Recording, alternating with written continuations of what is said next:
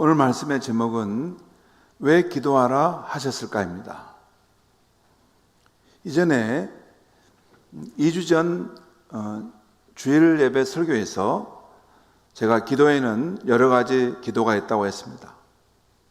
기도의 목적에 따라서 요청하는 청원 기도, 또 잘못을 뉘우치는 회개 기도, 또 하나님의 뜻을 찾는 분별의 기도, 또 하나님의 임재를 구하는 기도, 화살 기도. 그러니까 급박한 상황이 일어났을 때 짧은 문장으로 마치 화살을 하나님께 쏘듯이 내 마음의 기도를 하나님께 날려보내는 것입니다. 하나님, 지금 중요한 순간에 하나님 나를 도와주세요. 이렇게 딱 한마디지만 화살 기도를 날리는 것입니다. 또는 누군가를 위해서 화살 기도로 중보 기도하는 것입니다. 그런데 이를 더 요약하면 기도에는 청원 기도와 임재 기도가 있다고 할 수 있겠습니다. 다른 중보 기도, 회개 기도 이런 부분도 청원 기도로 포함되고 청원 기도와 임재 기도가 있다고 할 수 있습니다. 그 중에 하나님의 임재를 구하는 기도를 하게 될 때 우리는 하나님의 임재를 경험하면서 우리 안에 있는 어려움, 환난, 낙심, 시련을 극복할 용기, 지혜, 사랑을 얻게 됩니다. 물론 영신 하나님을 만나고 경험한다는 것은 어려움이 있습니다. 그러나 우리가 영이신 하나님이라도 그분을 만나려고 기도하면 가까이 임하십니다. 물론 처음에는 그분이 가까이 계시다는 느낌을 받지 못할 수도 있습니다. 그러나 내 기도하는 자리에 하나님이 계시다고 믿고 영신 하나님을 우리의 감각으로 경험한다는 것은 한계가 있는 것입니다. 그렇게만 감각으로 내가 경험해야지 하나님이 계신다? 그러면 더 발전된 신앙의 길로 가지 못합니다. 내 감각은 아니어도 성경에서 하나님은 천지에 충만하신 분이라는 그 말씀이 있다는 것을 믿고 내 기도하는 자리에 하나님이 계시다는 것을 생각하면서 기도하면, 계속 구하면 새로운 경험을 할 수 있습니다. 세상 그 어디에서도 얻을 수 없는 깊은 평안, 확신, 장벽을 도전하는 용기, 새로운 지혜, 내 능력을 넘어서는 하나님의 사랑이 우리 마음 가운데 경험될 수 있습니다. 왜 그럴까요? 왜 기도하면 그런 경험이 있을까요? 하나님 자신이 바로 무한하신 능력, 지혜, 사랑, 가능성의 하나님이시기 때문에 하나님이 우리에게 가까이 임하시면, 그분이 방문하시면 결과적으로 그런 선물을 우리에게 남겨주십니다. 여러분, 대통령이 이렇게 지방을 순찰하고 또 어떤 한 개인을 만날 때 빈손으로 왔다 가는 것 있습니까? 아니죠. 대통령의 품격에 맞는 것을 그곳에 남겨두고 가는 것처럼 모든 자원과 부의 원천이신 하나님이 우리가 기도하는 가운데 우리 가운데 찾아오시고 우리를 만나시면 세상에 줄 수 없는 그 능력, 위로, 사랑, 지혜가 그 가운데 있는 것입니다. 여러분은 기도를 어떻게 하시는지 모르겠는데 기도는 그런 자리예요. 그러니까 내가 길이 안 보일 때 하나님의 임재를 구하며 기도하다 보면 어떤 지혜의 빛으로 뭐가 보이기도 해요. 그리고 내가 낙심하고 절망적일 때 최악의 상황이지만 내가 마음을 하나님께 모으고 기도하면 세상에 줄 수 없는 깊은 위로와 평안을 내 마음속에 주십니다. 그게 기독교의 신앙의 세계예요. 이것이 지난번에 말씀드린 우리가 기도할 때 하나님의 능력에 접속되어서 받게 되는 기도의 효용성, 기도의 좋은 점이라고 했습니다. 오늘은 다시 예수님께서 왜 우리에게 기도하라 하시는가 살펴보려고 합니다. 오늘 본문에서 예수님은 우리에게 너희는 기도할 때 이렇게 기도하라고 하십니다. 오늘 말씀은 1차적으로는 우리가 어떻게 기도해야 하는지를 가르쳐 줍니다. 곧 너희는 유선자처럼 기도하지 말고 은밀한 곳에서 하나님께 나아가 기도하라는 것입니다. 또 너희는 다른 종교인들처럼 마음이 없는 빈 말만 되풀이해야 하는 기도를 하지 말라는 것입니다. 말이 적은한 말이나 진실한 마음의 기도를 드리라는 것입니다. 그리고 9절 이하에 나오는 그러므로 너희는 이렇게 기도하라는 주기도문은 우리가 무엇을 기도해야 하는지 기도의 내용에 대해서 가르쳐주고 있습니다. 그런데요, 오늘 말씀을 한 번 더 묵상해 보면 예수님께서 우리에게 왜 기도하라 하시는지도 가르쳐주고 있습니다. 성도 여러분, 예수님은 우리에게 왜 기도하라 하시는 것일까요? 오늘 말씀에서 예수님은 우리에게 왜 기도하라 하시는지 두 가지 이유를 살펴보려고 합니다. 첫 번째는 하나님과의 인격적인 관계 때문입니다. 두 번째는 인간이 자유의지를 갖고 새 역사를 창조하도록 하기 위함입니다. 먼저 하나님과의 인격적인 관계입니다.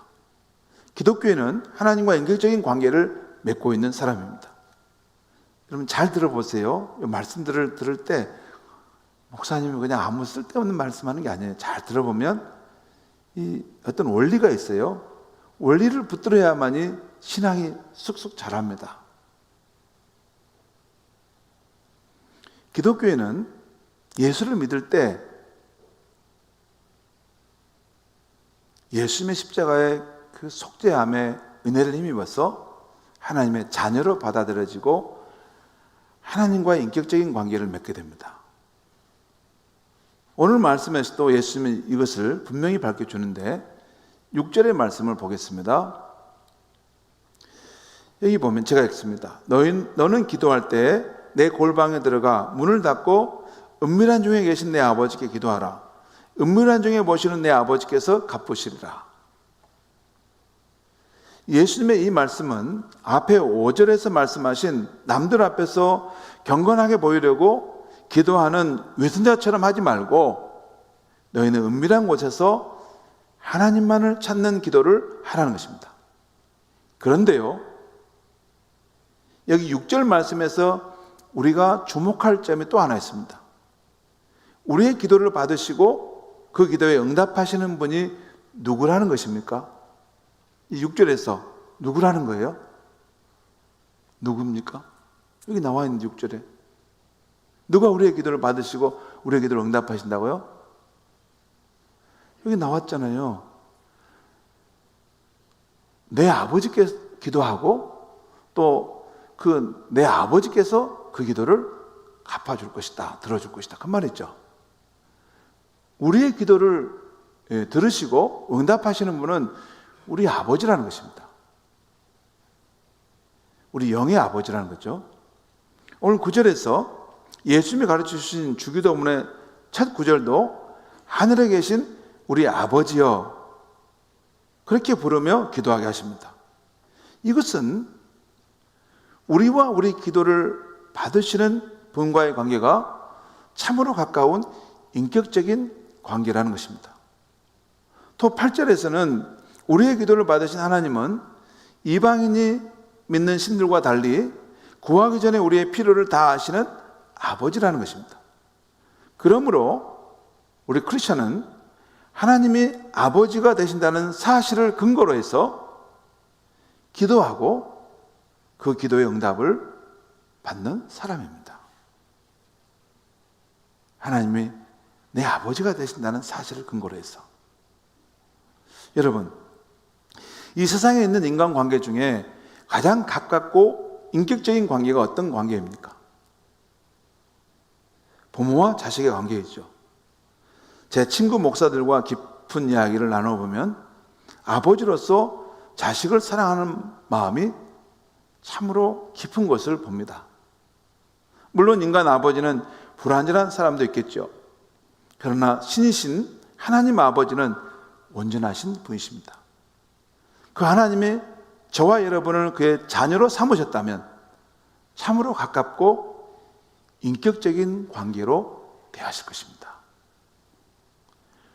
우리 믿는 자들을 향한 하나님의 인격적인 사랑이 시편 103편에 보면 이렇게 나와 있습니다.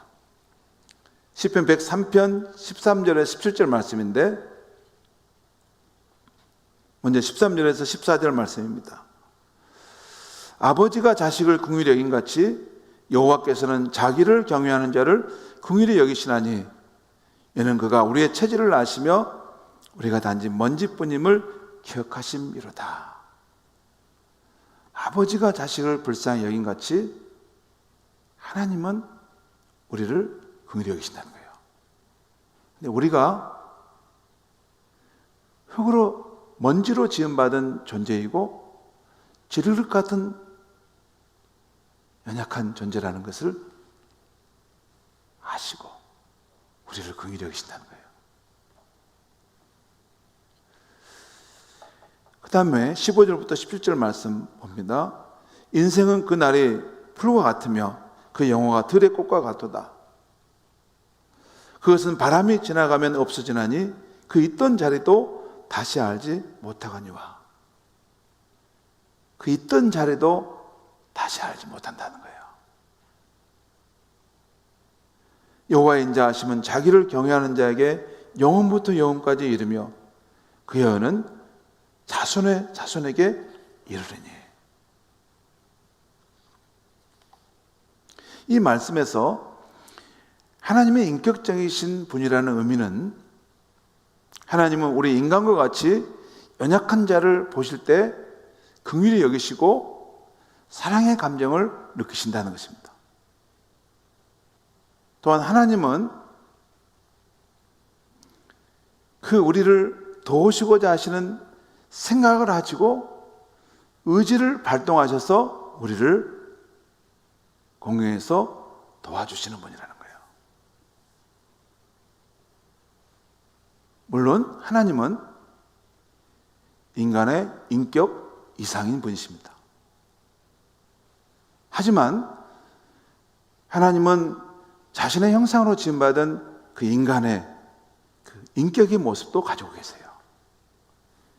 인간처럼 감정을 느끼고 지성적인 생각을 하시고 때로는 불쌍히 여기는 마음이 들 때 의지를 발동해서 구원의 손을 내미시는 분이세요. 그것이 하나님이 우리 인간과 같은 인격적인 존재라는 말입니다. 그래서 우리가 자주 하나님께 나아가 기도하게 되면 나를 향한 하나님의 긍휼, 사랑하심을 더 자주 느끼고 하나님의 돕는 손길을 더 많이 체험하게 됩니다.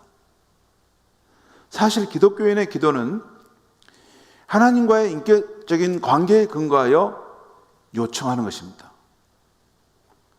하나님과의 인격적인 관계에 근거해서 요청하는 것이에요. 요청은 강제와 달리 상대방이 들어주실 수도 있고 그렇지 않을 수도 있습니다. 아무튼 우리가 하나님과 인격적인 관계에 근거하여 자주 기도하는 시간을 가지면 우리에게 하나님이라는 존재는 점점 더 인격적이고 점점 더 실제하시는 분이 되어지는 것입니다. 그래서 기도를 더 많이 하는 사람은 하나님이 가까이 실제하시고 인격적인 분이심을 더욱 확신하게 되는 거예요. 아무리 하나님이 실제하시고 인격적인 분일지라도 그냥 그렇게 생각만 하고 나는 뭐 그냥 나는 나고 하나님 이렇게 하면 그 사람에게는 하나님 실제하심이 바로 가까이 있음에도 그는 못 느끼는 것입니다. 하나님이 얼마나 인격적인 분이셔도 그는 하나님을 비인격적인 존재로 대하기 때문에 그는 못 느끼고 있는 것입니다.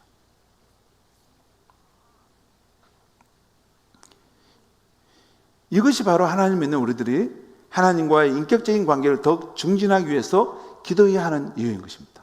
기도라는 것이 그거예요. 여러분, 왜 기도합니까? 기도하는 그 자리는 오직 하나님에 대한 갈망과 그 만나고자 하는 그런 사모함으로 그 기도하고 있는 거 아니에요? 그렇기 때문에 그 기도하는 그 자리는 하나님이 자신의 실제를, 하나님이 인격적인 자신의 특성을 우리 가운데 드러내실 수 있는 자리라는 거예요.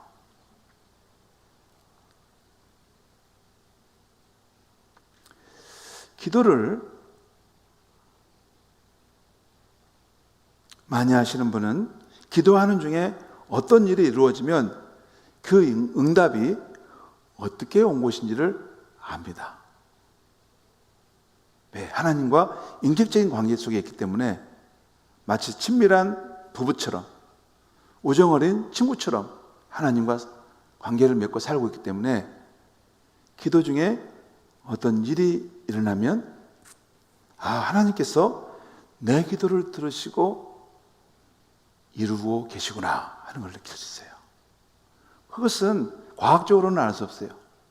인격적인 관계 가운데 있는 사람은 알아요. 그렇죠? 말 안 해도 다 알아요. 이게 내 친구가 이걸 지금 나를 돕고 있구나. 왜 우리가 기도를 해야 되는가? 예수님은 기도하기 해라고 말씀하셨는가? 우리가 하나님을 인격적인 분으로 만나는 자리가 그 기도라는 것이에요. 두 번째는 왜 우리가 기도를 해야 하는가? 두 번째는 인간이 자유의지를 갖고 새 역사를 창조하도록 하기 위해서입니다. 오늘 말씀에서 예수님께서는 우리가 이방인과 다르게 기도하라 하면서 우리의 기도를 들으신 하나님은 구하기 전에 우리에게 있어야 할 것을 다 아시는 분이라고 하고 있어요. 그렇다면 성도 여러분, 하나님은 우리가 기도하기 전에 모든 것을 다 아신다고 한다면, 여러분 잘 들어보세요. 하나님께서 모든 것을 다 아시고 우리의 전능하신 아버지라면 우리가 노력하지 않아도 다 잘되게 해주시지 않을까요? 그렇죠. 모든 것을 다 아시고 또한 우리의 전능하신 아버지라면 우리가 그 자녀인데 다 그냥 기도하지 않아도 좋게 해주지 않겠어요? 실제로 이런 이유 때문에 기도가 무용하다고 주장하는 분들도 있습니다. 꼭 기도할 필요 있어요? 기도 안 해도 하나님 아버지는 내 사정을 다 아시는데 굳이 기도 요청을 할 필요가 있을까? 하나님은 나를 사랑하시기에 내가 필요한 것이면 당연히 주실 것이고 내게 나쁜 것이면 기도해도 안 주시지 않으실까? 하는 분입니다. 혹시 여러분 가운데 그렇진 않습니까? 여러분의 생각은 어떻습니까? 다 알아서 하실 것인데 모든 걸 다 하신다는데 왜 우리에게 또 기도하라고 하시는 것일까요? 오늘 말씀을 보면 분명히 예수님은 우리에게 내 아버지께 기도하라. 너희는 하늘에 계신 아버지께 이렇게 기도하라. 오늘 11절에 보면 너희는 하늘에 계신 아버지께 일용할 양식을 주옵소서라고 기도하라. 이렇게 말씀하셨어요. 여러분, 우리에게 일용할 양식이 필요하다는 걸 다 아실 텐데, 내 양식이 떨어졌다는 것도 아실 텐데, 그거 아시면 그냥 또 주실 수 있는 분인데, 근데 왜 또 기도하라고 하시는 겁니까?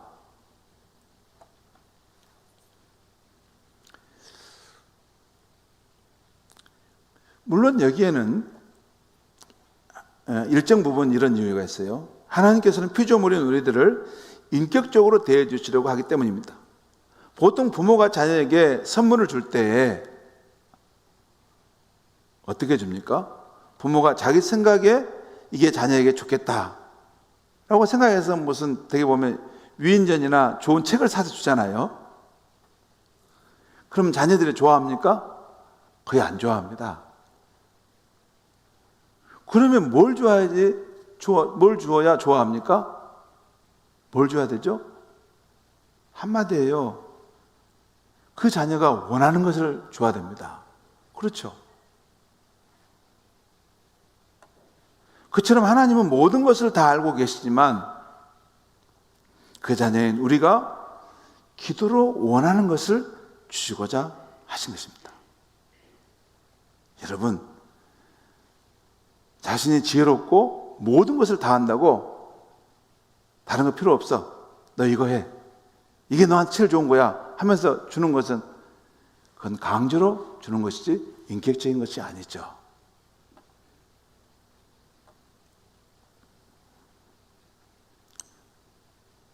하나님은 우리에게 청원하는 기도를 허락하신 것은 자녀인 우리를 인격적으로 대해 주시려고 하는 것입니다. 네가 원하는 거, 네가 바라는 것을 가지고 내게 나오라. 나는 너와의 관계가 인격적인 관계니라. 그게 하나님의 뜻입니다. 자, 왜 우리에게 기도하라 하시는가? 우리를 인격적으로 대해 주시기 위한 것이 있지만 이 이유 말고 또 다른 중요한 이유가 있습니다. 그 설명을 들으면 이렇습니다. 이 부분은 잘 들으시면 좋겠는데요. 이것은 성경 전체에서 보여지는 아주 중요한 원리입니다. 하나님은 이 우주의 환경을 만드실 때 우주의 전체 영역을 자신이 전부 쓰지 않기로 결정하셨다는 것입니다. 피조물인 인간도 일정한 범위 내에서 이 우주에 어떤 영향을 끼칠 수 있도록 세상을 만드셨다는 거예요. 그래서 피조물인 우리들이 어느 정도 자유로운 행동을 하는 것을 허용해 주셨어요. 그림으로 설명하면 이렇습니다.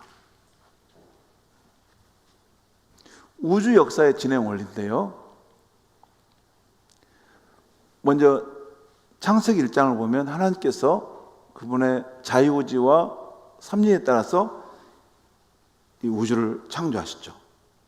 빛이 있으라 하시면서 빛과 어둠을 나누시고 또 궁창을 만드시고 또 물이 한쪽으로 모이게 하시고 또 땅을 만드시고 그 땅에서 풀과 씨 맺는 채소들이 자라나게 하시고 하늘에 광명한 빛을 만드시고 별들을 만드셨어요. 있으라 하셨어요.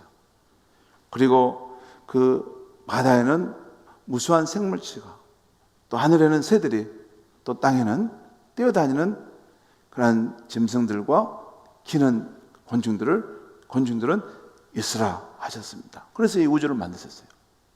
그런데 그와 동시에 이 자연 안에 하나님이 자연의 인과 법칙을 거기에 내재시켜 두었어요.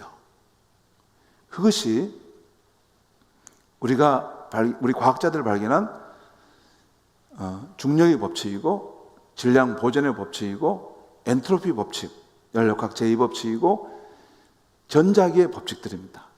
이것은 하나님이 주신 우주의 모든 공간에 보편적으로 적용됩니다. 저 먼 곳에도 다 해당돼요. 이것은 과학자들이 만든 것이 아니라 원래 하나님이 이렇게 지은 세상에 내재시켜 놓은 것을 과학자들이 그 인과 법칙을 발견했어요. 원인이 있으면 결과가 있다는 거. 여러분, 봄에 씨앗을 뿌리면 가을에 추수하는 것이 있죠. 이 뿌림과 거둠도 이것도 하나의 자연의 법칙입니다. 반드시 뿌리면 거두게 돼 있어요. 그래서 이 우주 역사의 진행 원리는 하나님의 자유의지와 자연의 법칙, 처음에 만드셨던 그 법칙을 따라서 지구가 돌고 또 달이 돌고 이렇게 사건이 이렇게 진행됩니다. 그리고 봄, 여름, 가을, 겨울이 있어요. 근데 여기서 한 가지 더 세 번째 요소가 있어요. 인간의 자유의지. 그리고 인간의 자유의지는 행동하는 것과 기도하는 이 두 가지로 표현되는데, 이것을 통해서 무슨 일이 일어나냐면 이 사건의 경로를 이리 갈 것이냐 이리 갈 것이냐 영향을 미치게 했다는 거예요. 여러분 보시죠.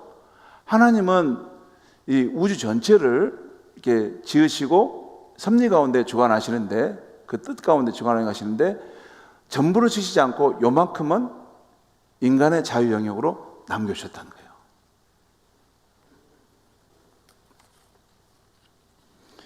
인간이 자유의지를 갖고 할 수 있는 영역은 바로 인간의 행동과 기도라는 이 두 가지 방법을 통해서 이 우주에 일어나는 사건의 경로에 영향을 미칠 수 있도록 자유를 주셨다는 것이에요.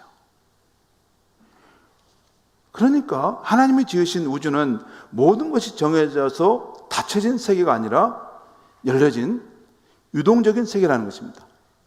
어떤 부분은 저와 여러분이 하기에 따라서 달라질 수 있다는 거예요. 그럼 이것은 마치 이거와 똑같아요.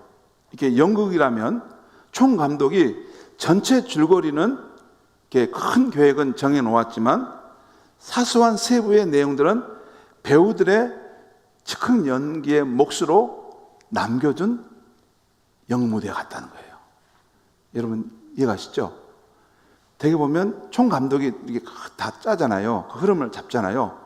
그런데 그 세부적인 부분에서는 그 배우의 그런 자유로운 영역을 남겨두지 않습니까? 아무튼 우리 인간이 행동과 기도라는 두 가지 방법으로 이 세상에서 일어나는 사건들에 영향을 끼치도록 하나님은 자유를 주셨어요. 먼저 우리는 행동을 함으로써 행동의 결과를 만들어내려고 합니다. 물론 우리 인간의 행동은 하나님처럼 지구나 달을 움직임을 바꿀 수는 없어요. 그러나 우리 인간은 봄에 씨앗을 뿌릴 수도 있고 안 뿌릴 수도 있습니다. 봄이 와도 어떤 사람은 씨앗을 안 뿌릴 수가 있어요. 씨앗을 뿌린대. 그럼 안 뿌린 사람은 가을에 어떻게 돼요? 그대로 그 자연의 법칙에 영향을 받죠. 또 우리는 상처 입은 새를 만났을 때 죽도록 내버려두는 행동을 할 수도 있고 사랑의 마음으로 그것을 살리는 행동을 할 수도 있어요. 또한 우리는 나를 무시하는 사람을 똑같이 미워하고 보복하는 행동을 할 수도 있고 또 그 사람의 삶을 이해해서 용서하는 행동을 선택할 수 있습니다. 성경에 나오는 인물들도 자신들의 세상에 살아갈 때 어떤 행동을 함으로써 사건의 경로에 영향을 주었어요. 그런 애들이 바로 나오미의 며느리였던 오르바와 룻의 행동이었습니다. 오르바와 룻은 믿음의 어머니 나오미와 함께 갈 것인가 말 것인가 하는 것을 선택해야 했어요. 그리고 그들 각자의 선택한 행동은 그 후 사건의 경로에 그들의 인생의 운명에 영향을 끼쳤습니다. 여러분, 아마 오르바도 함께 그 시어머니를 따라갔다면 어떻게 되었을까요?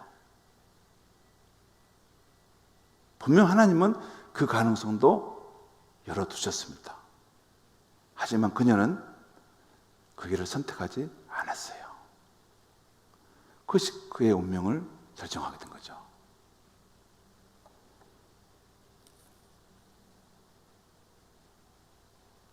여러분, 우리가 어떤 행동을 선택할 때 그 순간에 나의 선택이 사건의 경로를 어느 방향으로 돌릴지 영향을 준다는 것을 꼭 기억하셔야 됩니다. 또한 두 번째, 우리 기독교인은 하나님께 기도를 함으로 사건의 경로를 바꿀 수가 있습니다. 여러분, 그런데 자, 우리가 행동을 하는 것과 우리가 기도를 하는 것으로서 사건의 경로에 영향을 미친다는 것은 어떻게 차이가 있을까요? 차이가 있어요. 우리가 행동하는 것은 객관적인 자연의 인과 법칙을 따라서 가는 영향을 받습니다. 그러니까 우리가 씨앗을 뿌리면 나중에 씨앗을 거두게 된다는 것이에요. 그래서 하나님이 이 만물 가운데 내재해 놓으신 자연의 법칙이죠. 그런데 우리의 기도는 좀 다릅니다. 우리의 기도는 우리가 자유의지를 가지고 하나님께 그것을 맡겨드려서 하나님 또한 거기에 참여하시도록 요청하는 자리입니다. 우리는 하나님께 우리의 깊은 사정을 아뢰면서 청원하는 것이죠. 물론 우리 기도는 우리가 청원한 대로 허락되지 않을 수도 있습니다. 하나님께서 재량권을 가지고 우리가 기도한 내용을 허락하실지 거절하실지 아니면 다르게 그것을 방향을 결정하실지를 결정하십니다. 그런데 여러분, 중요한 것은 하나님이 인격적인 하나님이라고 했죠. 인격적인 하나님. 그러기에 하나님이 저와 여러분의 진실한 믿음과 눈물의 기도를 보게 된다면 얼마든지 기적을 일으킬 수 있습니다. 이 점에서 불교의 세계관과 기독교의 세계관이 차이가 있어요. 여러분, 불교의 세계관은 이렇습니다. 여기 보면 불교의 세계관은 이 우주가 있으면 모든 것이 닫혀진 세계관 속에 있어요. 그리고 이 우주의 그 역사 진행 방식은, 사건의 경로는 자연의 인과 법칙의 그 큰 바운더리 안에서 인간의 행동을 하느냐에 따라서 그것을 영향을 받아요. 이 불교는 철저하게 인과응보입니다. 그러니까 내가 선을 행했으면 다음에도 그 선한 것에 대한 것을 받고, 내가 나쁜 짓을 했으면 반드시 그만한 것으로 그 사람이 또한 고통을 받아야지 그것을 해결받는다는 거예요. 그런데 기독교는 다릅니다. 여기서 이 우주의 역사의 진행 경로가 자연의 인과 법칙과 인간의 자유의지만 있는 게 아니라 더 중요한 하나님의 주권과 섭리의 영이 있다는 거예요. 그러니까 우리 인간이 여기서는 행동뿐만 아니라 기도를 하는데, 그 기도는 우리가 풀지 못한 인생의 문제 가운데 하나님께서 역사 속으로 들어오시도록 요청하는 것입니다. 그래서 기독교는 본질적으로 기적이 있는 종교예요. 그 기적의 가장 중요한 핵심이 하나님의 아들이 사람의 몸을 입고 이 역사 속으로 들어오신 것입니다. 기도는 그런 의미가 있어요. 기도를 할 때 하나님의 초자연적인 역사가 우리 삶에 늘 일어날 수 있는 가능성이 있다는 것입니다. 여러분 보세요. 여기 보면 불교의 세계관은 이 두 가지, 자연의 인과 법칙과 인간의 자유우주로 사건의 경로가 결정된다면, 기독교는 자연의 인과 법칙과 인간의 자유우주뿐만 아니라 우리가 기도를 하나님께 올려드릴 때 그 기도를 받으신 하나님께서 인격적인 하나님이기 때문에 때로 우리를 사랑하셔서 우리 역사 속에 구원의 손길로 들어오신다는 거예요. 그것이 기독교입니다. 여러분, 출애굽기 2장을 보면 그 갓난아인 모세의 어머니 요게벳이 그 가혹한 시대에 선택을 해야 하는 상황이 나옵니다. 곧 애굽 왕의 명령을 따라 아기 모세를 죽이든지, 아니면 가혹한 시대이지만 끝까지 살아계신 하나님을 믿는 길이든지. 결국 그녀가 선택한 것은 어린 모세의 운명을 살아계신 하나님께 맡기기로 하고, 갈대 상자를 만들어 어린 모세를 담아 거친 물결이 이는 나일강에 띄웁니다. 여러분, 그 순간 하나님은 어디에 계셨을까요? 하나님은 어디에 계셨죠? 갈대밭 사이에서 어린 모세를 상자에 담으며 울면서 기도했던 요셉의 그 기도와 행동을 보고 계셨던 것입니다. 그 하나님은 개입하신 거예요.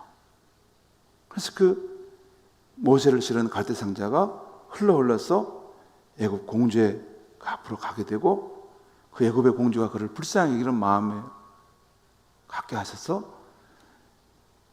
애굽의 왕자로서 입양되고, 그 모세는 하나님 나라의 전부 후무한 귀한 일꾼이 되도록 하나님은 언제나 모세와 함께 하셨던 것입니다. 성도 여러분, 하나님은 우리에게 왜 기도하라 하십니까?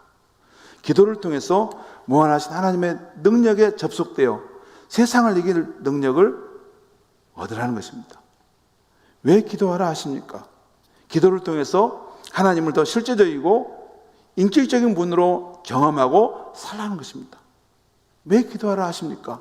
기도를 통해서 우리에게 허락된 자유의지를 사용해서 이 사건의 경로가 이렇게 우울하고 절망적인 상황에 갈 것을 회전시키라는 거예요. 희망적이고 새로운 역사를 펼치는 길로 그 길을 하나님께 기도하면서 그걸 만들어가라는 거예요. 그것이 자유의지의 영역입니다. 절망적인 상황이고 포기할 수밖에 없는 상황인데, 아니야, 살아계신 하나님이 계시고 그분이 나의 삶에 구원을 베푸시면 내 삶은 역전될 수 있어. 그 마음으로 하나님 앞에 진실함으로 기도하고 구하면서 미래의 길을, 희망찬 미래를 여는 것, 그렇게 하라고 우리에게 기도를 주신 것입니다. 기도하겠습니다.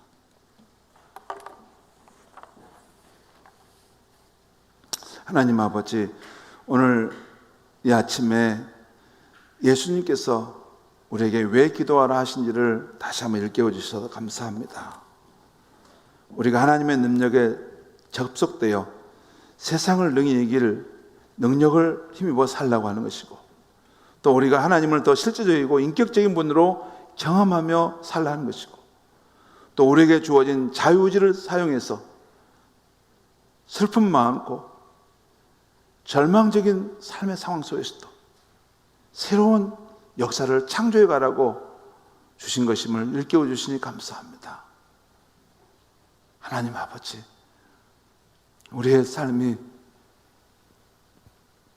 부족하고 미비한 점이 너무 많지만 하늘의 하나님께 눈물로 기도할 때 우리의 굴레를 벗어나 새로운 역사를 창조할 수 있는 우리 성도님들이 되게 하여 주시옵소서.